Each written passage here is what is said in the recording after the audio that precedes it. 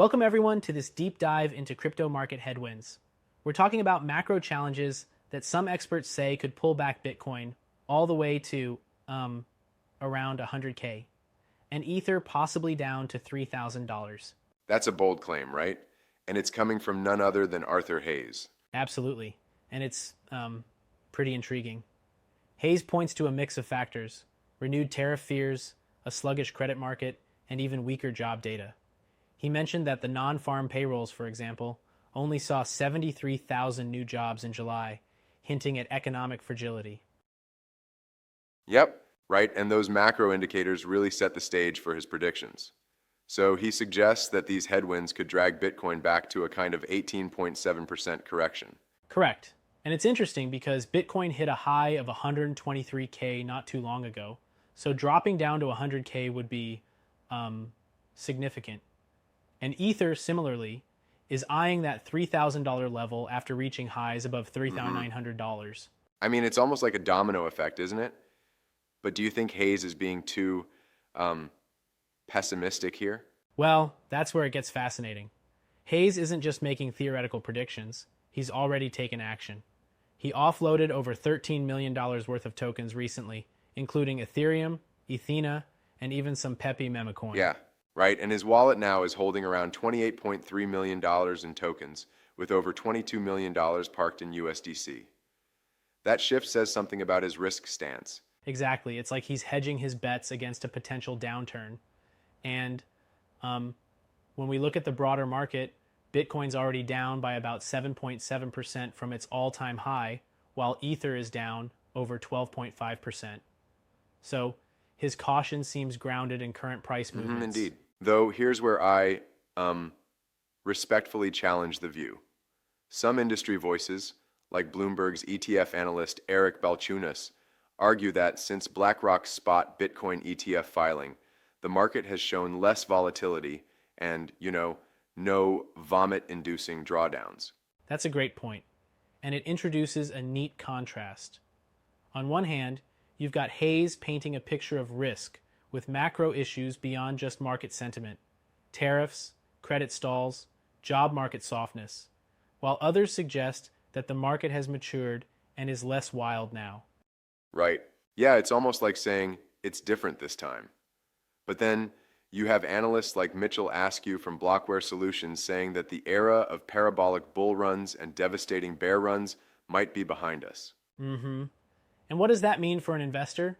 It's like a tug of war between caution and optimism. Hayes seems to be leaning toward caution, banking on a correction fueled by big macro fears, while others see a stabilizing trend. Absolutely. And then you've got the credit side. Hayes specifically points out that sluggish credit growth in major economies is stunting nominal GDP growth. That's a heavier piece of the puzzle, isn't it? Right? It's like you have these two competing narratives. One is the rapidly evolving, innovative crypto market, and the other is the broader, sometimes unforgiving, macroeconomic landscape. Tariffs coming back, credit constraints. It's a cocktail of caution.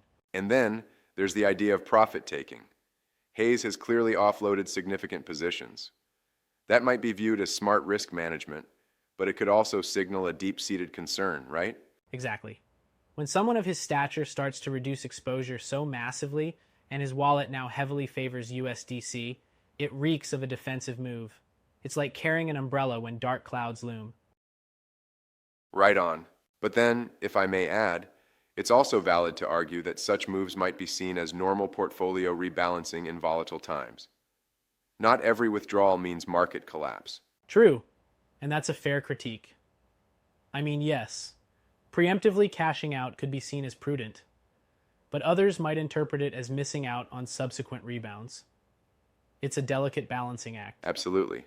And let's not forget, even with these bearish macro warnings, there are layers to the crypto market. Sometimes real-world data can reverse if the economy surprises us with a rebound. Precisely. It's like a double-edged sword.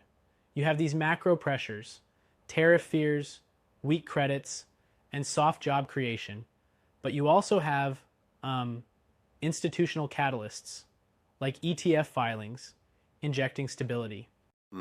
So, how should an investor digest all these signals? It seems like a mix of listening to cautionary tales and being ready for volatility. Exactly, it's about risk management. You need to be aware, like, the macro environment might create headwinds, yet innovation in adoption and evolving market infrastructure could balance or even outpace the downsides.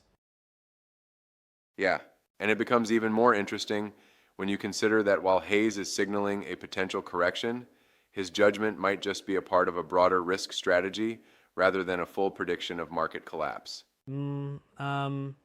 Yes. It's like you're looking at a weather report predicting a storm. Sure, you grab your umbrella, but you still venture out because the sun might break through. Everything is about like managing expectations and upping your hedging game. Right. It's a fascinating blend of macro indicators with crypto-specific nuances. And you know what? Even amidst warnings, many in the industry remain bullish on Bitcoin's long-term prospects. For sure, many traders are saying things like the wild swings might be behind us.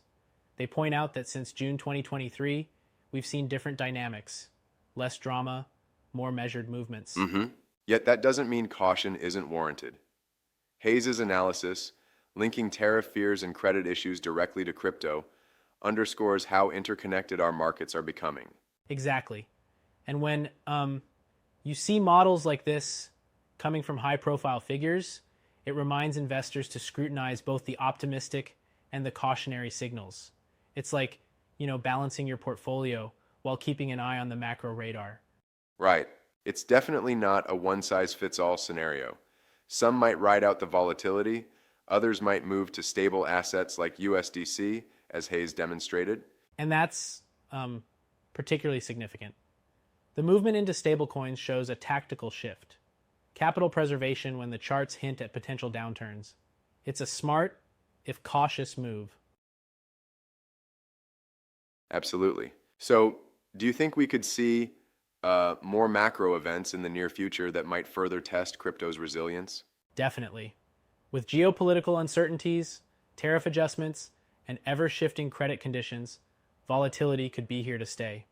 It's like a constant balancing act between economic fundamentals and digital asset speculation. Yep. And I guess that's where the real art of trading comes in, knowing when to hedge, when to stay in, and when to pull back based on these signals. For sure. It's not just about riding the highs, but also having a plan for the potential lows. The crypto market is maturing, but it's still uniquely sensitive to macro pressures. In summary, while Arthur Hayes' bearish call might unsettle some, it also underscores that diverse factors like tariff fears, job market data, and credit market health are now key players in crypto valuation. Exactly. And the takeaway for investors is to stay attuned to both market innovations and broader economic signals so that you're not caught off guard if a correction occurs. Right on. It's a layered story, one where survival means being nimble. Thanks for unpacking this with me. It's been a fascinating look at how macro headwinds and digital assets intersect these days. Absolutely, it's been a lively discussion. Until next time, keep your eyes on both the digital charts and the global pulse.